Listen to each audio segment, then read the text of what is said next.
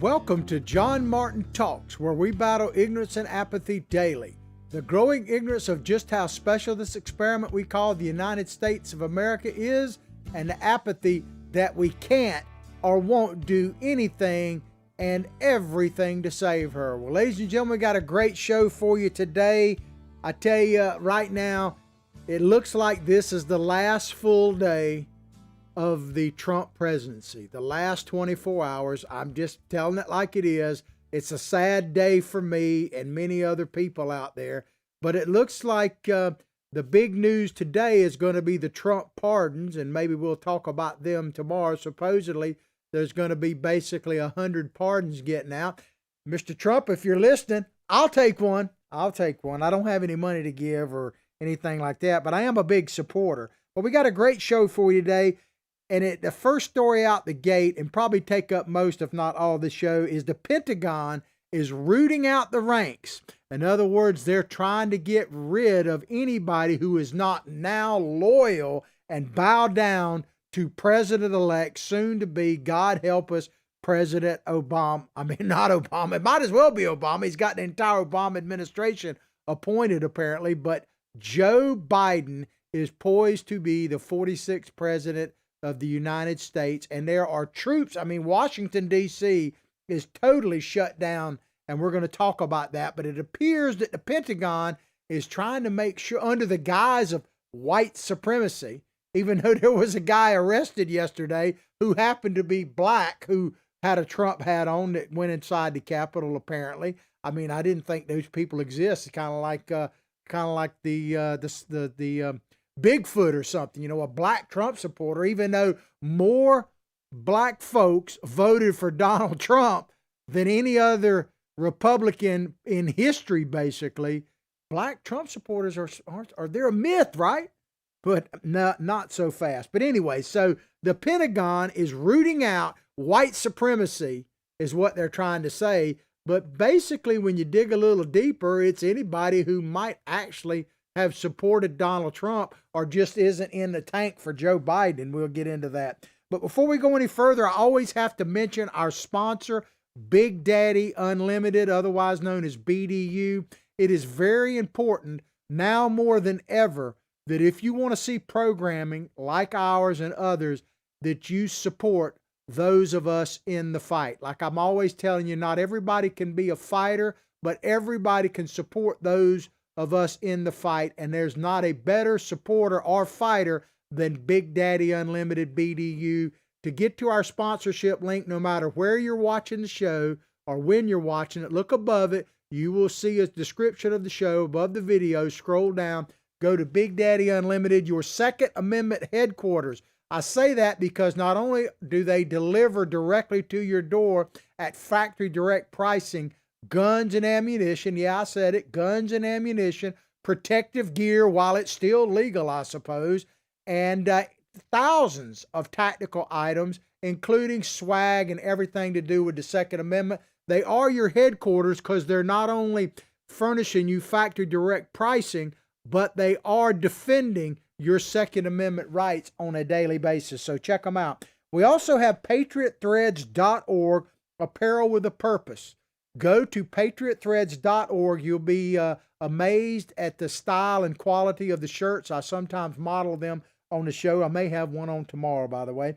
And you for 20% off if you use the code JMT. So check it out. We're also on Recoil TV on YouTube. Recoil is a Second Amendment related site. While they're still up, you know, who knows? Everybody, if you're conservative at all, or not even conservative, Second Amendment is really a right for every American, but your Second Amendment rights, trust me, are under attack, and that attack is only going to grow. But Recoil TV, if you're interested in what the latest weaponry is, products, those types of things, you want to see demonstrations of how to use them, even historical stuff, check out Recoil TV on YouTube. But I want to read this statement to you because, believe me, we are under attack.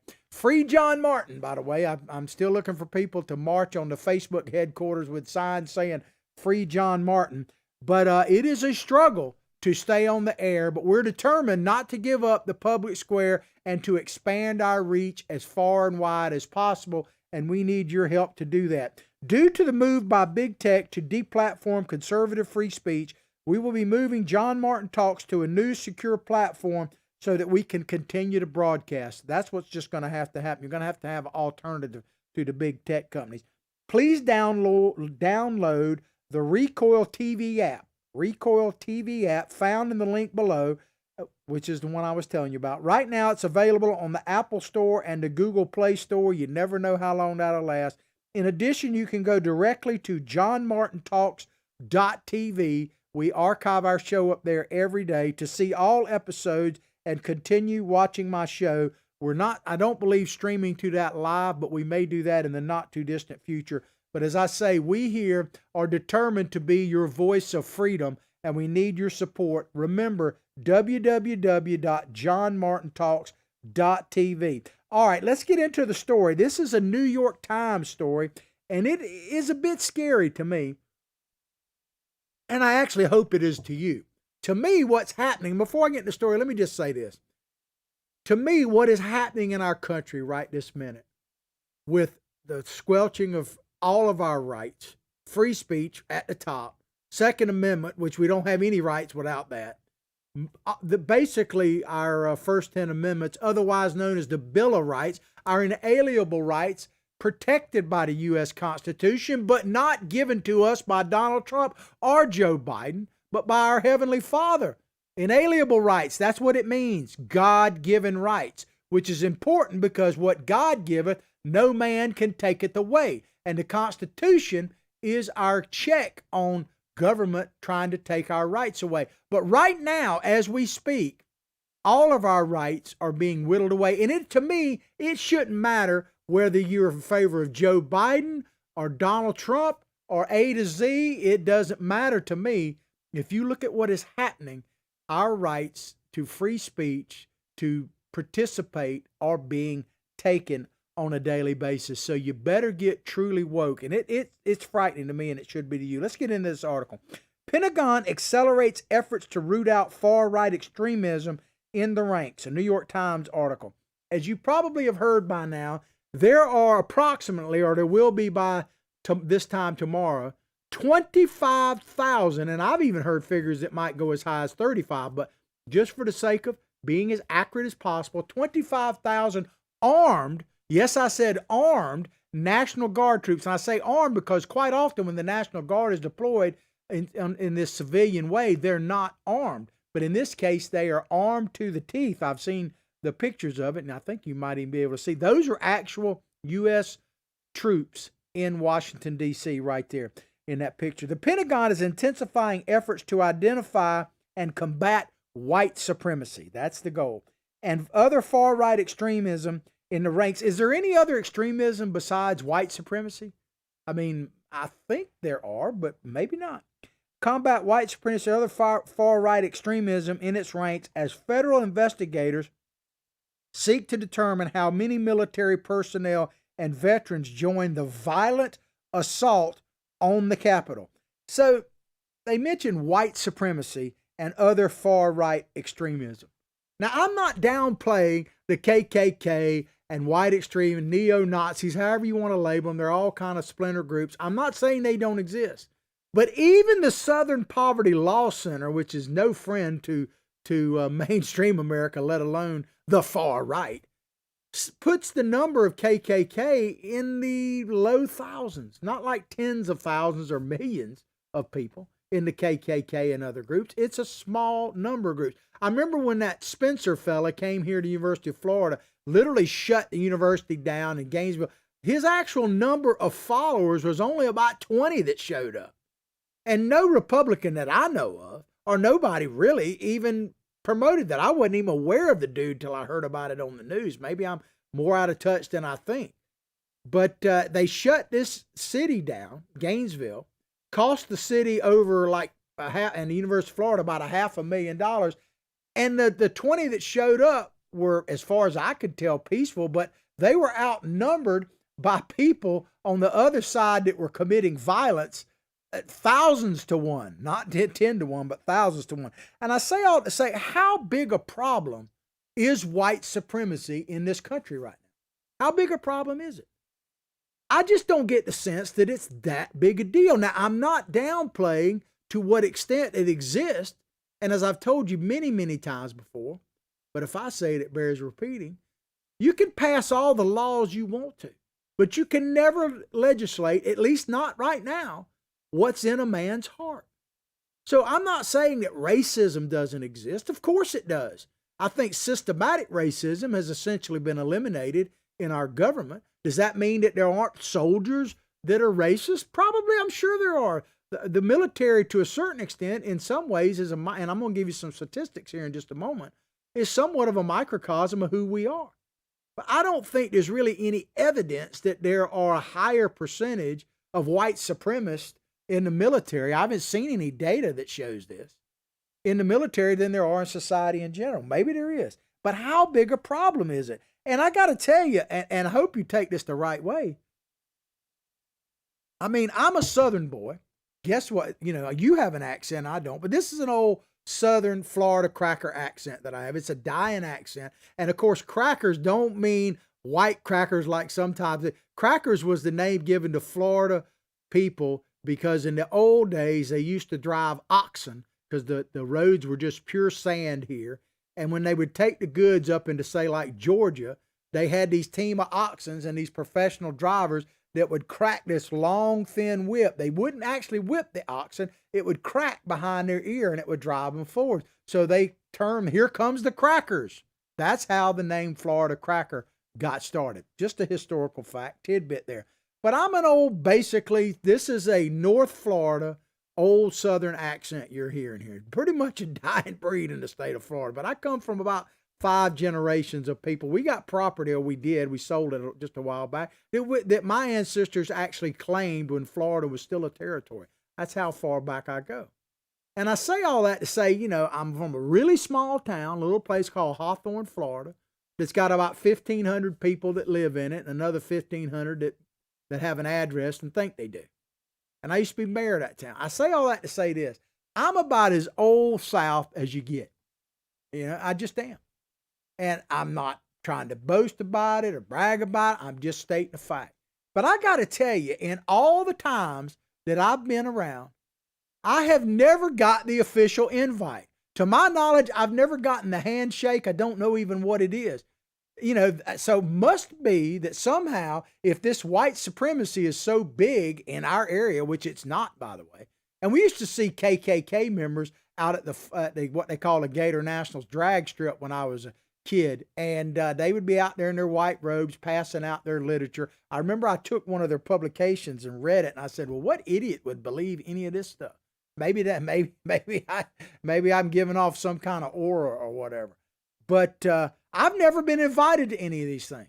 I'm not saying I want to be. I'm just simply saying that I don't even know how, if I'm not aware of the danger of white supremacy, then how big a problem is it actually? I don't know. If you listen to the media, it's the dominating factor. It's the gravest threat the nation currently faces is a resurrection of the old Democratic Party, or maybe the new one, that created the Ku Klux Klan in the first place. But we're not supposed to talk about that. In the days since a pro-Trump mob breached the Capitol on January 6th, back to the article, senior leaders, I guess they're talking about the Pentagon, of the 2.1 million active duty, remember that figure, 2.1 million active duty and reserve troops, so that's the entire military, have been grappling with fears that former or current service members will be found among the horde. So if I'm reading this right, they're worried that a large portion of military, either current or former members, were driving the attack on the Capitol. And but it doesn't really seem to be that way. Now, are they really believe that the military, and I'll give you some statistics here in a minute, you really believe that the military is a threat to the nation itself? I mean, really? So we're now concerned about the loyalty of our troops? Is that really where we are? Is that where we're going? I mean, you would think that the military, and I guess they're happy to a certain extent, and we're going to talk more about this in a moment, but they're happy that Joe Biden is going to be, God help us, the next president of the United States, because the one thing the military needs to thrive and the military industrial complex is what? They need endless wars. Now, I don't know about our soldiers at arms, whether they need endless wars, but the military brass and the industries that they all work for after they, quote, retire, they need endless wars. And Joe Biden is definitely for that, without a doubt. The FBI investigation into the Capitol siege still in its very early stages. Think about that. Let that resonate. I'm going to read that sentence again because I want to make a critical point here. The FBI investigation into the Capitol siege still in its very early stages. This is a New York Times saying this, right?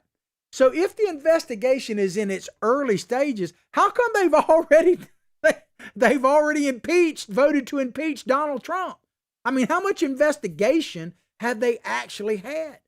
They impeached Donald Trump basically before they even started an investigation. Have there been any witnesses that testified in the dungeon of the Capitol like there was in the first impeachment?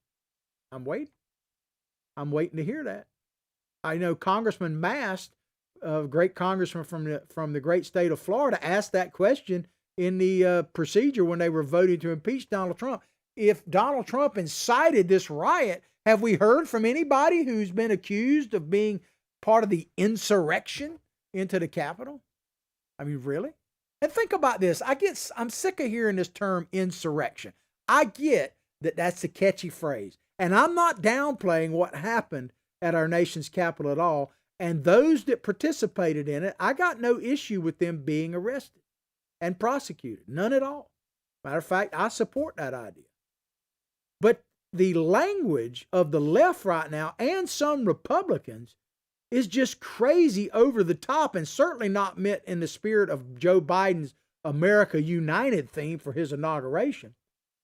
I mean, what's that one senator from the great state of Tennessee? Can't think of his name right now, but he was the guy that ate fried chicken during the impeachment hearings. Made a big thing of it right there. But he came out and basically said that this was, and there have been several other members of Congress, I think even maybe Nancy Pelosi herself, but don't hold me to that, have come out and said that this attack on the Capitol was like Pearl Harbor. A little perspective is needed. I saw somebody posted this. I couldn't chime in on it. By the way, if you want to comment on something we're doing, I love what you're commenting on Facebook and everything else. Please feel free to do that. I just can't respond to it right now. So if you want me to respond, go to my YouTube channel, John Martin Talk, spell it all the way out. You can watch the video live. Good morning, howdy, how are you guys? And you can even back it up, as I understand, on YouTube while it's live. But the replay of the video or the posting of the video takes a few hours to come back. But if you want to comment on that and you want a response, I guarantee you I will respond to it. But these congressmen and women are calling what happened at the Capitol on January 6th, as bad as it was, Pearl Harbor. Keep in mind, Pearl Harbor killed, what was it, like 1,800 sailors and Marines and all, and Air Force out in Hawaii. Just basically decimated our Pacific fleet, potentially made the West Coast vulnerable to Japanese attack. And yes, it was Japanese attack. It was a foreign government that officially sneak attack declared war on us. It thrust us into World War II, a date which shall live in infamy, according to the Democrat FDR. That, what happened when the dude came through the Capitol with the buffalo hat on, is the same thing as sinking the Arizona in Honolulu. Really? Have you been out there? I would strongly encourage you, if you ever get a chance. Hawaii's great, period, but to go to the Pearl Harbor, especially the Arizona Memorial, and tell me that in Hawaii is the same as what happened in the Capitol. I mean, as I say, I'm not defending what happened in the Capitol, but to put that kind of language on top of it, especially when you consider probably about half our population don't even know what Pearl Harbor is. They think it's probably somewhere where you go to buy some good jewelry. And to say that what happened the other day compares to Pearl Harbor, you talk about reckless and incitement. To me, that is capitalized. And they're doing that on a regular basis. And then they're also saying that what happened on January 6th is a racial riot, basically, which it's not. The racism wasn't involved in the attack, whatever you want to call it, on the Capitol at all. In fact, if anything, they were looking for white folks, weren't they? And supposedly they were looking for Pence and Pelosi and everybody else, you know.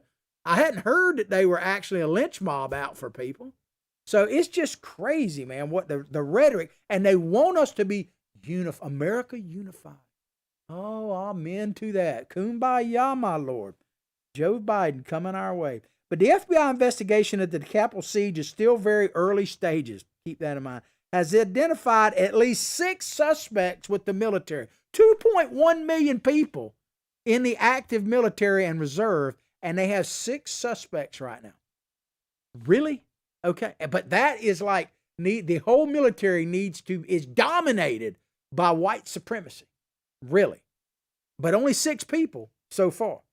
And they say links of more than 100 people have been taken into federal custody, or the larger number still investigated. So they've arrested basically 100 people.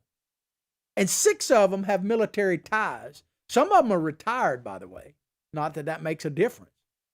But somehow the military can't be trusted to defend Joe Biden's inauguration. They're going to have, what do they think? They're going to have a Sadat moment where the military turns in the parade and just fires upon the president? I mean, do they really believe that is going to happen? God help us. I mean, maybe they were right. I don't know. But the more than 100 people who have been taken into custody, or the larger number still under investigation, they include a retired Air Force lieutenant colonel from Texas, an Army officer from North Carolina, and an Army reservist from New Jersey. Another person with military service was shot and killed in the assault. And that was, unfortunately, that lady that was shot in the Capitol building. So 6 out of, I want to give these statistics here. You need to pay attention to this, okay? 6 out of 2.1 million is what I said. That's active duty and reserve. So 6 people are under investigation. The military right now, let me tell you, this is the general makeup of our current U.S. forces. It's mostly, and I did my research on this, mostly young men and women from the middle class serve the American military force. It says fewer people come from poor and wealthier families. On the wealthier, I understand. I was surprised at poor because, you know, military is a good way to get career and all that. So I was a little surprised at that statistic. Military recruits usually tend to be highly educated, more so than the general public. Did you know that? That the men and women that volunteer to serve in our great military, in general, are more highly educated than the average American. That's pretty interesting to me. Military, highly and general public. Military demographic reports show that around 75.8%, so basically about 76% of all the recruits are usually whites. Now that may include what they call some Hispanic whites as well. I'm not 100% sure on that. 21.5% of those who are active duty in the U.S. Army are African Americans. 21.5%. Now, why that is an issue, and it's not really an issue, but it's interesting. The U.S. population, how many people do you think in the current United States, when it talks about all over the country, how many people, citizens of the United States, are what you would call African American or black people? How many would you think? The actual number, according to the U.S. Census Bureau, is 13.4%. 13.4. I only bring that up to say that almost double, not quite double, the amount of people that serve in the military are black, 21.5%.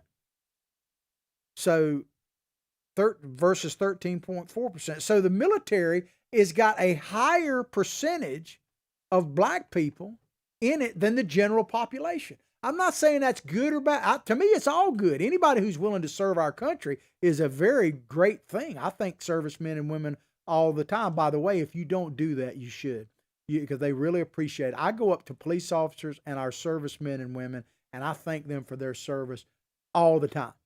And to me, it's just something we should do. But I just don't see, I guess I'm showing these statistics where I don't see that the problem that they're trying to describe here really exists that much.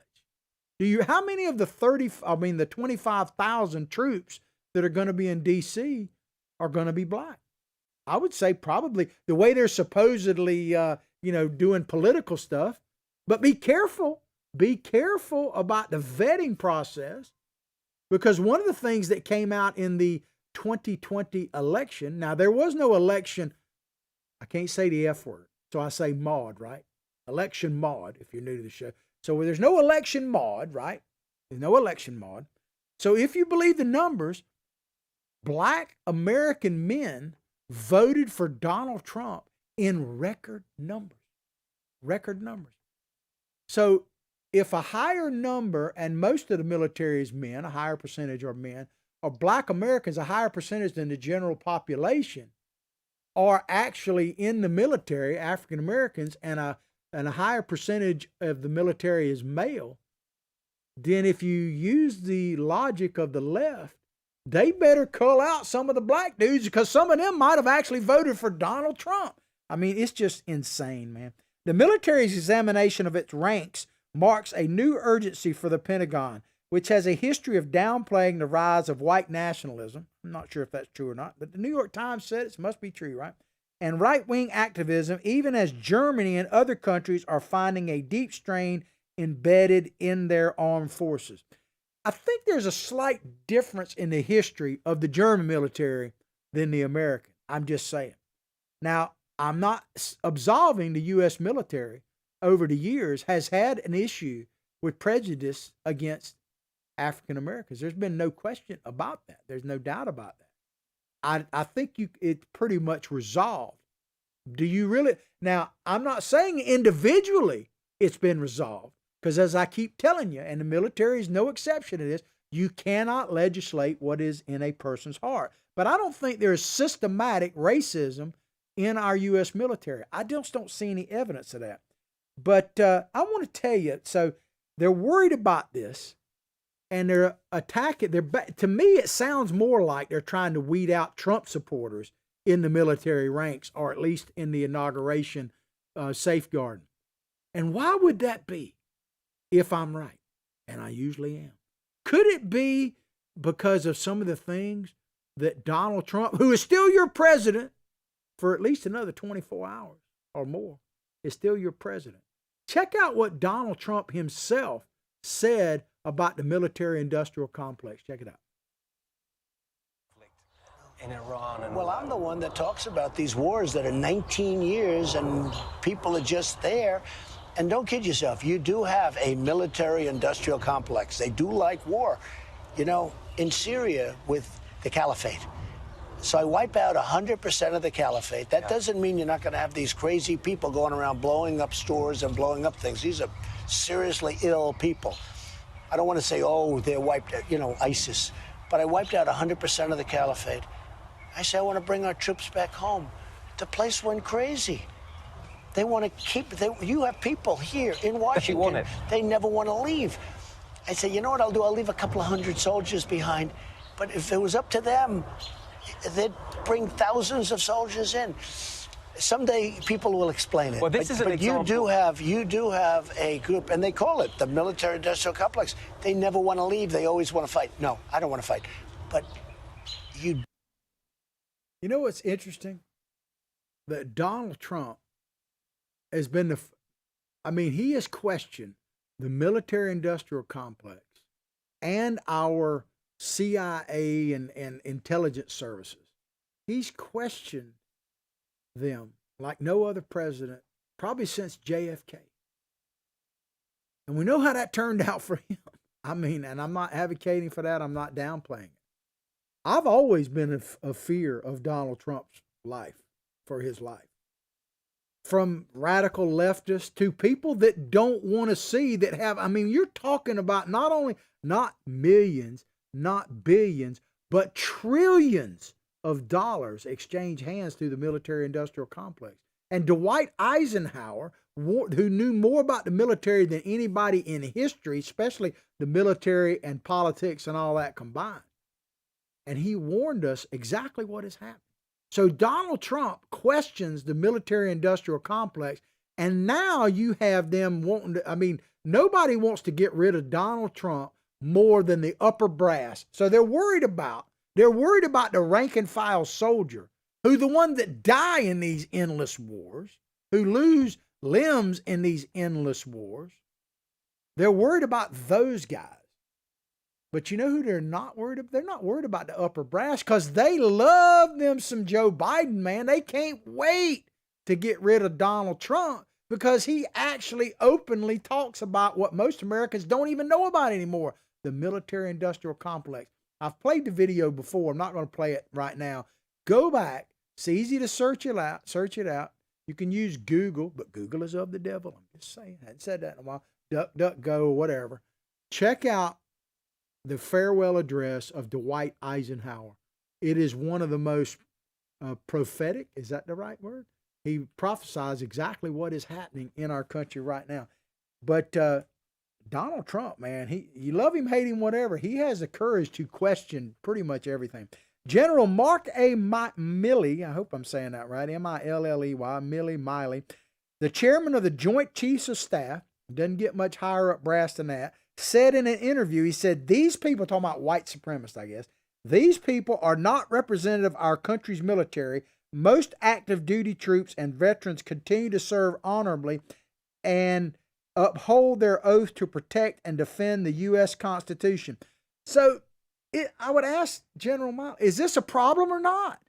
I mean, if you're saying that most of the military, I would say probably 99.9% or more than that, if you're only investigating 6 people, it's pretty simple to say that the military is pretty straightforward, right? The rank and file people of the military are straightforward. Of course, people like Jake Tapper can question the patriotism of a vet that lost both his legs in Congressman Mast. We talked about that the other day. If you want to see our show archive, you can go to several places. The YouTube channel, John Martin Talks.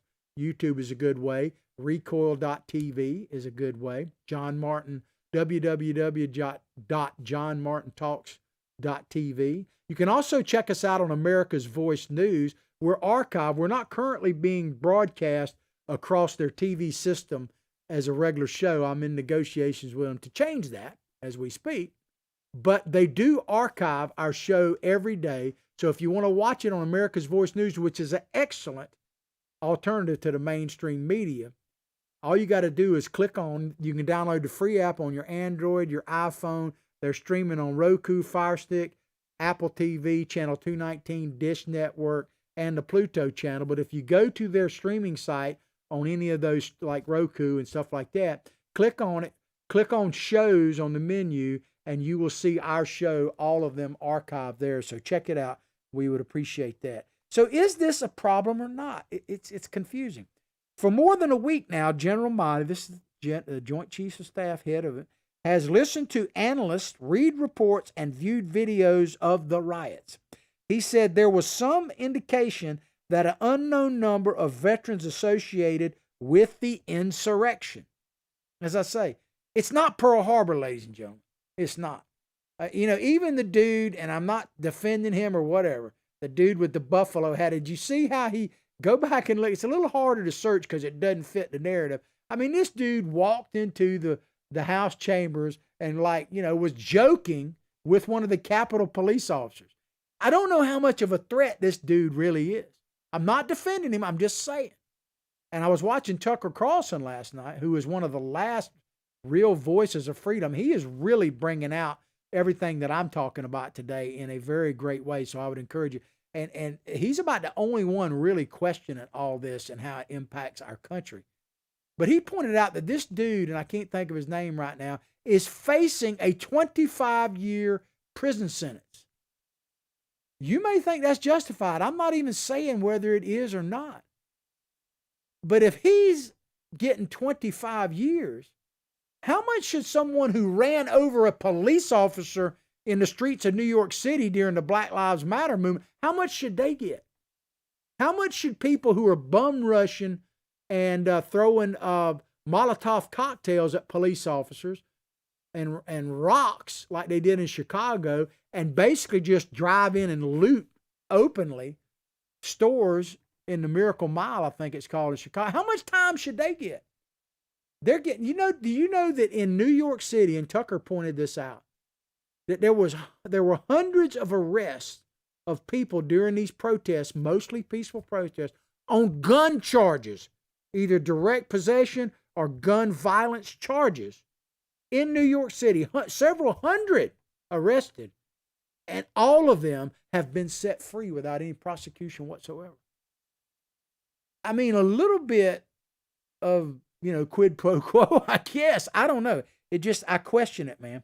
General Milley said he saw rioters carrying military flags at the rally and later at the Capitol breach. Rioters were seen with Marine Corps flags, Army patches, and Special Forces patches. And I don't deny that. Now, not everyone who wears that necessarily in the military. We know that for sure. But it sounds to me like they're basically looking for anybody who supported Donald Trump. I've been hearing some pretty scary reports. Some of these, I don't know if they're true or not. But I heard that they're using cell towers to track people who made calls from the rallies, from that day, January 6th. And if you made a phone call from a certain block area in D.C., I've heard, I'm not able to totally verify this, I want to say that up front, I've heard, but it certainly sounds reasonably true when you consider what we do know is happening, that those people are being tracked. I don't know. We'll see. But the MAGA hat, man, that's what this is all about. All of this, every bit of it, and this is not to absolve anybody of anything, but all of this stuff, calling it Pearl Harbor, impeaching Donald Trump without even completing an investigation and no testimony, and it looks like he's going to end up going to trial in the Senate, we'll see, is all designed for one thing, really kind of two, but they're tied together. One, it is designed to destroy Donald Trump and prevent him from ever running for any office, let alone president, ever again. They're saying that out loud, period. It's also designed to, not to unify, but to identify anyone who supports Donald Trump, period. Ladies and gentlemen, I hate to tell you this because I don't want to see it happen. And I'm taking a risk even saying this kind of stuff. And the least risk I'm taking is deplatforming. Trust me. Now, I don't mean I don't want that to happen. But they're going to target, and they're already doing it, and they're already calling for this, targeting people that if they support certain political ideas, you might not be able to get a mortgage on your home. You might not be able to do banking. If you're actually making any money off of doing something like I'm doing, they're going to make it hard for banks to actually have you an account. I know for a fact, because I've heard people talking about it, that are personalities, that they don't even use their name anymore when they're making reservations at a restaurant because they're afraid of being tracked by social media goons. That's actually happening. Ladies and gentlemen, you talk about a dark winter, like Biden said. We are entering a very dark time. And, this MAGA hat, I got a series of MAGA hats I want to show you. So the first one here is, I think that meme says it all right now, right? It's not the hat that is about violence. It triggers your violence against it. It's just a hat. And there are people of all walks of life that wear these hats or have, right? Now, there's another hat I want to show you because I think this one here, make speech free again. This is something we all need to get behind. Maybe we need to make it a different color or something. But let me tell you, ladies and gentlemen, and I'm talking to you snowflakes out there. See, one of the things that really saddens me about what's been happening for the last few decades in our country with the education system and everything, I tell young people all the time, I feel for you because you don't even know how many rights you've already lost. This is way before Donald Trump, and it is accelerated right now. And let me tell you this, and this has been proven true for centuries, eons. When they come after one group and you don't say anything, eventually they will come after you. They will come after you. So free speech is that. And the one I hope to see, and I guess we're not going to see, was this one here. Make them cry again. I was really hoping to see them cry again. You didn't notice that not too many Trump supporters that actually were like, you know. Now, some of us are pretty upset, but none of us are just sitting there. And Donald Trump has addressed his supporters. You remember, what did Hillary Clinton, who, by the way, did you see Hillary Clinton? You talk about somebody who won't let go.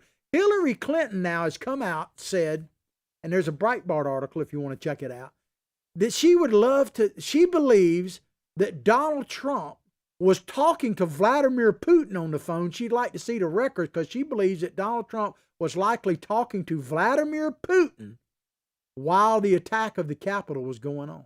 And they just tossed that out. And no double standard. No, there's no double standard. There's one standard. What standard, by the way, is Hillary Clinton held to?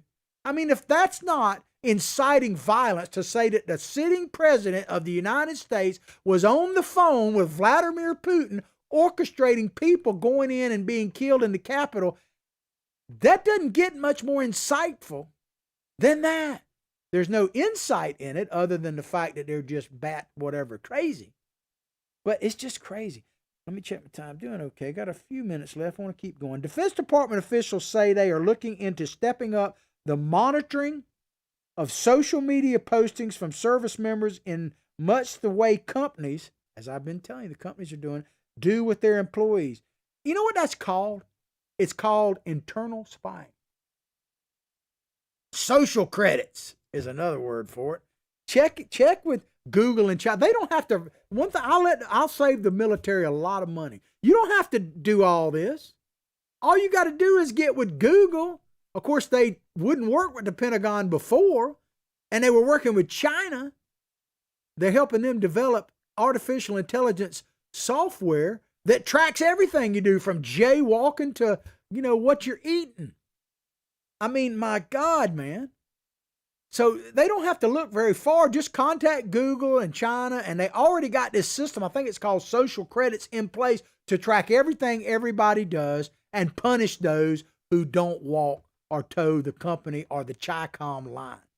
And we already know that Biden's heavily invested in China. So, good time, let the good times roll. Last Tuesday, General Miley, the Joint Chiefs of Staff man, and the rest of the Joint Chiefs of Staff listen to this letter, sent an extraordinary letter to all military personnel reminding them that Mr. Biden would soon be their commander-in-chief. So they're doing this before he ever gets sworn in, commander-in-chief, and that they were duty-bound to defend the Constitution. Yeah, they are. They are. Am I the only one that has a problem with this? Is it just me? Chime in on my YouTube channel. Spell it all the way out, John Martin Talks. You can go to Twitter as well. We archive our show there. At least we do for now. It's at John Martin Talks. My psychic sidekick, Billy Bob Bass. I'm a fish whisperer. He has a Twitter handle, by the way. It's at Billy Bob Bass 1. I need to check it out. But am I the only one that is troubled by this letter? That, swear. Basically, he's saying you got to swear fidelity to Joe Biden, right? But President Trump, one thing about it, man, he really apparently shook the swamp up. He may not have drained it, but he shook the swamp up. There's no question he shook the Pentagon up. Now, the swamp is filling up fast. It's already filling up quick, man. Biden is making dadgum sure with his appointments it's going to fill up as quick as it can. The rats are circling the wagons without a doubt. I want to show you another video here. This is Donald Trump at a rally during the campaign, not before the election.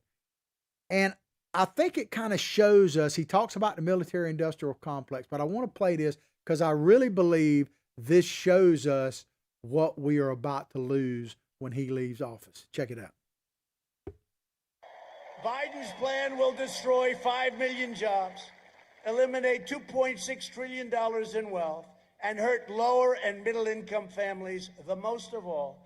I will deliver optimism, opportunity, and hope. Biden will deliver pessimism, poverty, and decline. For the last 47 years, Joe Biden has been outsourcing your job, opening your borders. Oh, by the way, our border is closed. That's why you never hear about it. You ever notice you don't hear about that? You don't hear about our vets anymore because we take such good. Remember, every night you'd hear about vets. Before me, 91% approval rating with our vets. Our vets voted 91%. We never had anything like it. And sacrificing American blood and treasure in endless foreign wars in countries that you've never even heard of.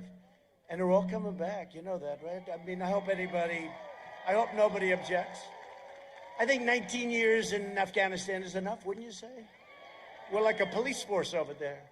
We have the greatest soldiers in the world, but over there, we're like a police force. 19 years is enough. You think it's easy getting out with all the military-industrial complex, right? Dwight Eisenhower, beware the military-industrial complex. They're right, but we're all coming home. They're all coming home. Boy, I tell you, we're gonna miss that voice on the national stage. I know I am. I think the media is gonna miss it too, and they'll be seeking Donald Trump out to hear from him whether he wants to talk to him or not. We're gonna skip all the way to the end of this article, and I want to show you one more picture, the very last picture. I missed a few things because there's just so much to cover. But I asked myself this question when I was putting where are we going with this? Where is this leading us? And I thought about this iconic picture from China. And I call it Tank Man. You remember this picture? Can we pull that up? The Tank Man picture? Hopefully. I screwed up our producers when I do that. I jump around a little bit. Anyway, yeah, there it is right there. Is that what we're coming to right now? Where you have to have the courage of that guy who's probably been disappeared to actually face that down. Now, I'm not accusing our military of anything, so don't misunderstand me. Our rank and file people are great. But is that what we got to do? Do we have to pledge loyalty to the state almighty? Is that what they want? Are they, what does that have to do with America United? I just don't see it. That's Biden's theme for tomorrow, America United. I don't see anything they're doing that is about uniting America. Anyway, I hope you've enjoyed the show as much as I've enjoyed bringing it to you. Please go to our YouTube channel. Basically, what you need to do is listen to what I said at the top of the show.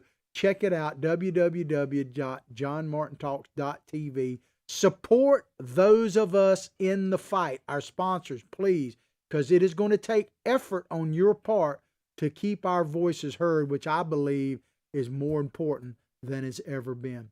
I'll pray for your family. You pray for mine. Let's all pray for the United States of America and our president, Donald Trump, while he still is. He's still your president, snowflakes. But above all else, like I say each and every day, from my heart, from my family to yours, have a blessed day.